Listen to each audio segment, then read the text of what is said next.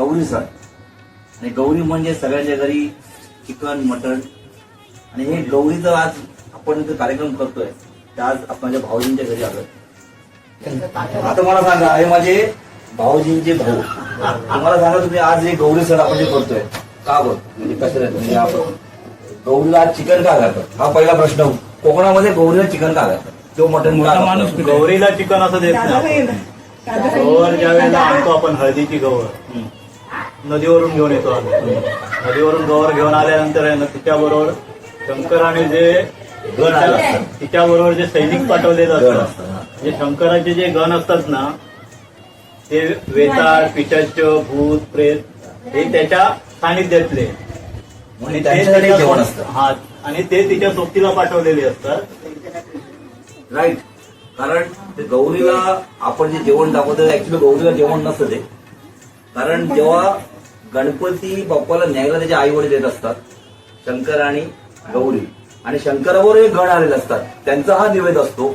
आणि गण म्हणजे राक्षस गण भूतपिशाच असतं त्याला हा निवेद असतो आणि हा निवेद त्यांना दाखवला जातो. म्हणजे हे गणांचा निवेद आहे आणि हा गौरीला विशेष करून कोकणामध्ये केलं जातं. कोंबडी कापली जाते किंवा बकराचं निवेद दिलं जातं.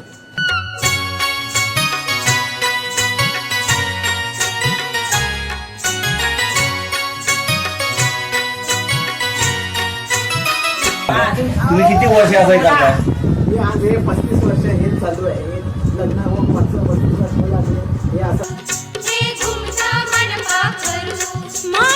आणि हा कोकणातला सण आहे गौरी गणपतीचा आणि मोठी गणपती.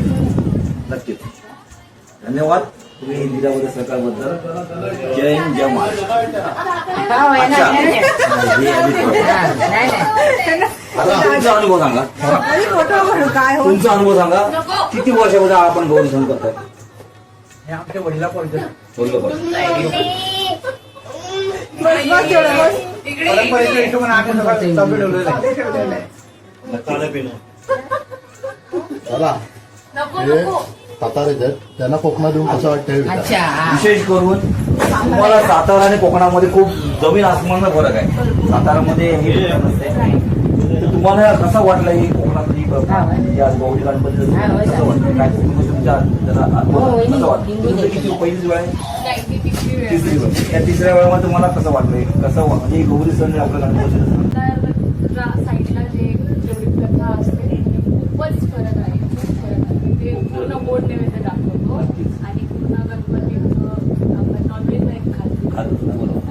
पण इथे आल्यावरती गौरीला थोडा का होईना पण खावं लागतं. आणि तुम्हाला एक्झॅक्ट माहिती घ्यायचं दादाकडे आपण दादाकडनं माहिती घेऊया. दादा कुठे गेले? बंधू म्हणजे आमचे दत्तराम शिंदे दत्तराम लक्ष्मण शिंदे हे थोडी आपल्याला माहिती देतील. कारण माझं असं म्हणणं आहे की आधी ज्या आपण दिवे दाखवतो मोस्टली लोक थोडं दाखवतात पण काही कोकणामध्ये तिखट जेवण असतं. का तिखट जेवण दाखवलं जातं म्हणजे बकरा किंवा कोंबडी कापली जाते? गौर ही दक्षाची मुलगी. अच्छा. दक्ष राजाची मुलगी मोठी ज्येष्ठ मोठी मुलगी म्हणून त्या गौरीला ज्येष्ठा गौर असं म्हटलं जातं. जवळजवळ म्हणजे ह्याच्यामध्ये 9 गौरी सांगितलेल्या आहेत. त्यातल्या ही ज्येष्ठा गौर म्हणजे नक्षत्रावर हिचं आगमन होतं. ज्येष्ठा नक्षत्रावर ही हो असते आणि मूळ नक्षत्रावर ही जाते आणि त्यामुळे ही ज्येष्ठा गौर म्हणून हिला गणली गेलेली आहे. दक्षाची मुलगी ज्यावेळेला हिने शंकराशी लग्न केलं त्यावेळेला ते शंकराला हा दक्ष राजाला शंकर हा पसंत नव्हता. कारण गोसावड्या तू विष्णूशी लग्न कर असं त्याचं म्हणणं होतं दक्षाचं. पण ते गौरीने ऐकलं नाही. तिचं मनापासून प्रेम शंकरावर होतं आणि म्हणून तिने शंकराशी लग्न केलं. ज्यावेळेला दक्षने आपल्या घरी यज्ञ केला होता तर त्यावेळेला त्याने सगळ्या जावयांना आमंत्रण केलं होतं पण शंकराला त्याने आमंत्रित केलेलं नाही. शंकराला गौरी म्हणाली की मी त्या यज्ञाला जाणार. तेव्हा शंकराने सांगितलं गौरी तुम्ही त्या यज्ञासाठी जाऊ नको. पुढे काहीतरी प्रॉब्लेम होईल. पण गौरी ऐकली नाही. दक्षाच्या यज्ञाला गौरी आली. आल्याच्या नंतर शंकराने तिच्याकडे अजिबात लक्ष दिलेलं नाही. पूर्णपणे दुर्लक्ष केलं. हा गौरीचा फार मोठा अपमान झाला.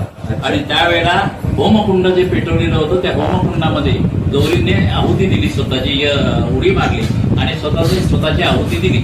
आणि त्याच्यानंतर गौरी ही पुढे हिमालय पर्वताच्या पोटी जन्माला गेली, म्हणून तिचं नाव पुढे हेमवती असं नाव पडलं.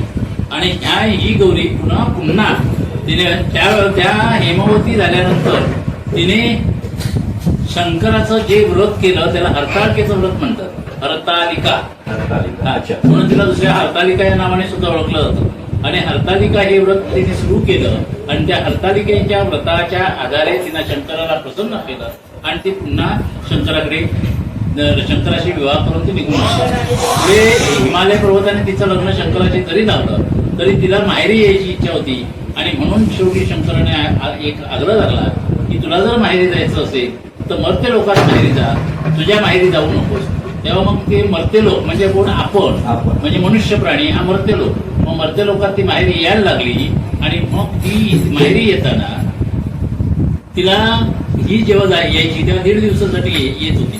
म्हणजे 1.5 दिवसासाठीच येते. आणि मग तिचं आगमन जेव्हा मर्त्य लोकांमध्ये झालं तेव्हा तिच्या संरक्षणासाठी शंकराने भूत पिशाच वगैरे हे जे काय ते म्हणजे तो पिशाचांचा हे होतं, त्याच्या अधिपती होता. म्हणजे शंकरा पिशाच्या ह्याचा अधिपती. मग ते पिशाचे भूतगण वगैरे सगळे गौरी बरोबर या माहेरी आल्याच्या नंतर ज्या वेळेला गौरी येते, पुन्हा स्थिती काय वाटतं मला माहिती नाही, पण ज्या दिवशी गौरीचं घरात आगमन होतं त्या दिवशी घराचं वातावरण पूर्णपणे गढूळ होतं. आणि ज्या दिवशी दुसऱ्या दिवशी तुम्ही जेव्हा त्याला एक पक्षी मग तो कुठल्याही प्रकारचा हत्या प्राण्याचा नैवेद्य दाखवल्याच्या नंतर त्या दिवशीचं वातावरण प्रसन्न होतं. आणि म्हणून गौर ते मांसाहारी नैवेद्य करत नाही, तर गौरीबरोबर येणारे जे पिशाचे योनीचे हे आहे तर ते मांसाहार नैवेद्य करतात. म्हणजे आज आपल्याला कळलं असेल की जे गौरीला नैवेद्य असतो हा गणांना नैवेद्य असतो. म्हणून जे कोणाच्या मनात का असेल की गौरी नॉनव्हेज खाते तो नसून ते गणांना असतो, तो गौरीबरोबर जे आले सद्गण त्यांचा नैवेद्य असतो. धन्यवाद तुम्ही या दिल्यावर माहितीबद्दल.